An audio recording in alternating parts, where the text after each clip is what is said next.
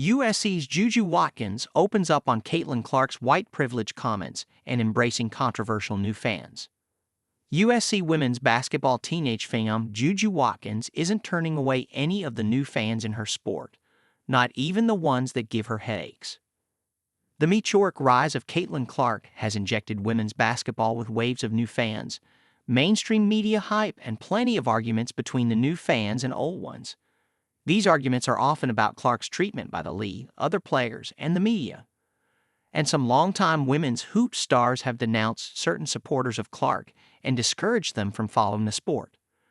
Former WNBA player and current Atlanta Dream executive Renee Montgomery said that many of Clark's fans cannot be a representation of what the WNBA would want in their league during an episode of her podcast in September. WNBA legend Sue Bird lashed out at this group in her podcast in November, claiming that some of them aren't even fans of Clark, but are just acting as fans while pushing racist agendas and pushing hate. Clark herself said that some of her followers aren't fans, but are trolls in her exit interview for her rookie WNBA season, after Connecticut's some players accused some of her fans of racism during a playoff series against Clark's Indiana Fever in September. But the 19-year-old Watkins, who is currently on pace to break Clark's NCAA all-time career scoring record, isn't taking any of the new attention for granted as a college player. So many new fans being in the sport sometimes can be, not necessarily challenging, but can just kind of give you a headache a bit. Not a lot of people know what they're talking about sometimes, but it's great for the sport. The fact that people are watching is enough in itself, Watkins said, when asked by Fox News Digital in an exclusive interview about what challenges come with the sport's new attention. We would like it to be positive, but it's not always going to be like that. So as long as we continue to raise the numbers and viewership goes up, I think that's all we can ask for. Watkins said she even wants those fans to cheer for her too, but even if they end up hating her, she will still embrace the fact that they're paying attention. When asked if she wants the sport's controversial new fans to cheer for her too, Watkins answered, "Oh yeah, I love supporters and I also love haters. I think that's just a part of the game. There's so many sides to it, so it's the nature of the game and there's always going to be negative and positive aspects of it."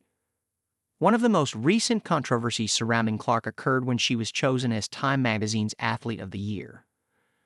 Some in the WNBA, including Washington Mystics owner Sheila Johnson during a CNN interview, criticized the decision to choose Clark for the award. Johnson said Clark was chosen because it's the way media plays out race, and it didn't do enough to recognize the other players in the league. But Watkins thinks Time made the right call. "I'm all for it," Watkins said. "I honestly think she deserves it. I don't think anyone has changed the trajectory of the sport so much. So I honestly think she deserves every bit of it." Clark herself stoked backlash from some of her own supporters during the Time interview when she made the statement, "As a white person, there is privilege."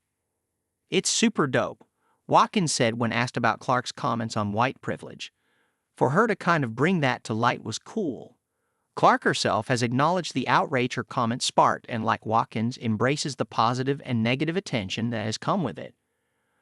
With the way things are going and where the WNBA is going, you want that attention and you embrace it, and that's what makes this so fun, Clark said of the backlash at the A Year in Time event in New York on December 11.